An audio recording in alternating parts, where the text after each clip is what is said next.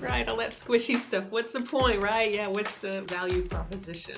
Retention is one that immediately comes to mind. Another value proposition is innovation and problem solving. Underlying maybe each of these is the more I'm able to work in a way that works best for me, the less energy I'm expending. When I think of overwhelm, I think of two sides of the same coin. It's really looking at both sides of that coin and not ignoring one in favor of the other. Whether you want more innovation more easily, you are feeling burnt out or overwhelmed, or you simply know that something isn't quite the way you know it can be, you are not alone. I hear the same from leaders every day. On Uncommon Leadership, we explore aligning personal fulfillment with business success, creating authentic teams, and cultivating the resilience, adaptability, and ease necessary to move beyond simply surviving today's challenges into thriving. I'm Michael Hunter with Uncommon Teams, and today we'll uncover fresh insights into what it means to lead in today's world. Joining me is Dr. Heather Backstrom. Heather is an accomplished executive coach, speaker, author, and facilitator. She coaches leaders in many industries, including finance, biotech, retail, municipalities, aerospace, media, healthcare, and nonprofits. It might have been faster to say where you don't coach.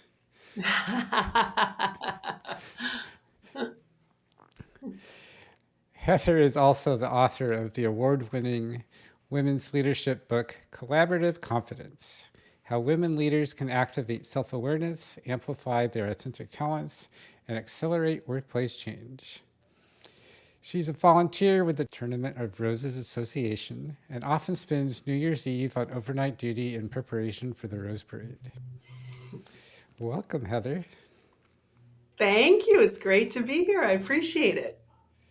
What is the business value of helping employees do all this squishy people internal self-development work? Right, all that squishy stuff. What's the point, right? Yeah, what's the value proposition? I think there's lots and lots of value behind this squishy stuff. Retention is one that immediately comes to mind. When your employees feel valued and respected and included and acknowledged, and they enjoy the work. I mean, there is, of course, the work itself. The work itself is giving them meaning and purpose. Then retention, the opportunity for retention certainly increases. And losing an employee and filling that position and having the position empty or temporarily filled in by, say, another employee, that's a lot of cost involved in that. Monetary cost, time, energy. There's a lot that is expended in the departure and the of one person and the onboarding of another. And then who knows how long that time frame is as well. It can be quite lengthy. So retention is absolutely a value proposition in this squishy stuff. Another value proposition is innovation and problem solving. When I feel comfortable to know that I can toss out an idea that might sound ridiculous or do something that, I actually make a mistake, but to know that I'm not going to be called on the carpet, or I'm not at risk of getting written up or losing my job or being scolded or frowned upon, then that increases my creativity and my innovation, and I'm more willing to experiment or to give an idea that might sound on the surface not so desirable.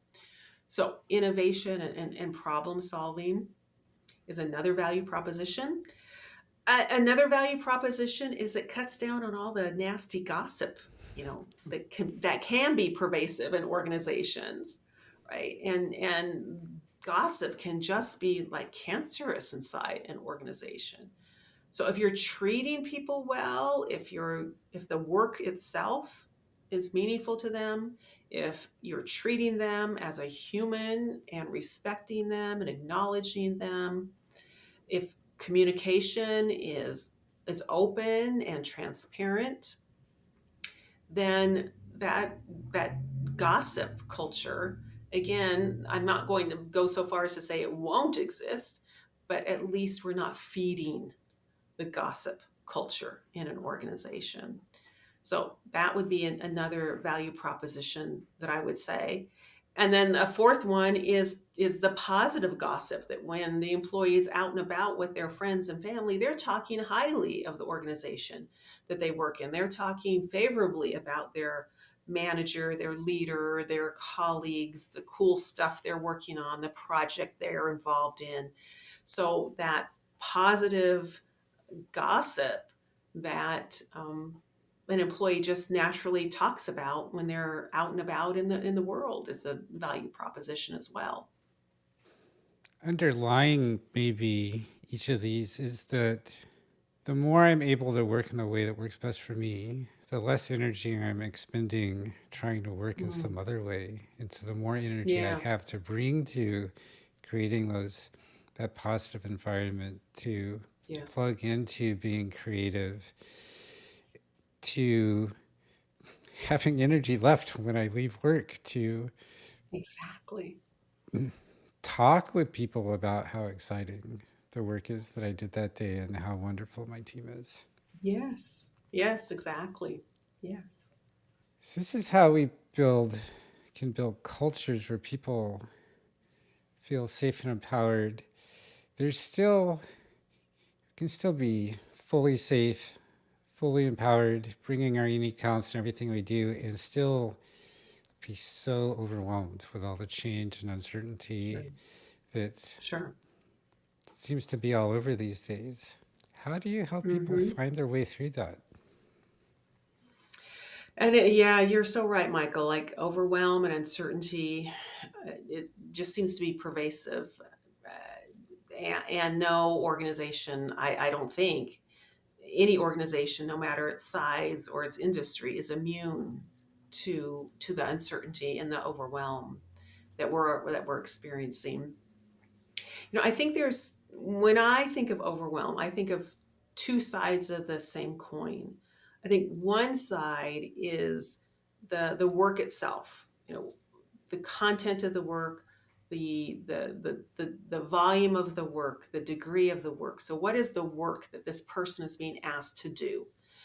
And is it reasonable? Is this person doing the work of two or three or four people?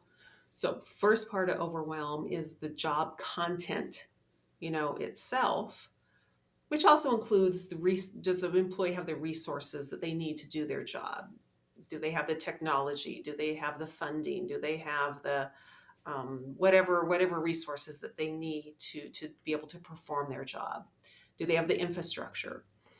And then the other side of the coin for overwhelm is the emotional aspect and the emotional overload of that overwhelm, where the person perhaps is feeling a degree of anxiety. Maybe they're not sleeping so well. They worry a lot. The work is always kind of weighing on their shoulder no matter where they go and what they're doing. So that's why I like to think of overwhelm as two sides of the same coin. One is the job content, the other side is the emotional overload. And I think for leaders, it's really looking at both sides of that coin and not ignoring one in favor of the other.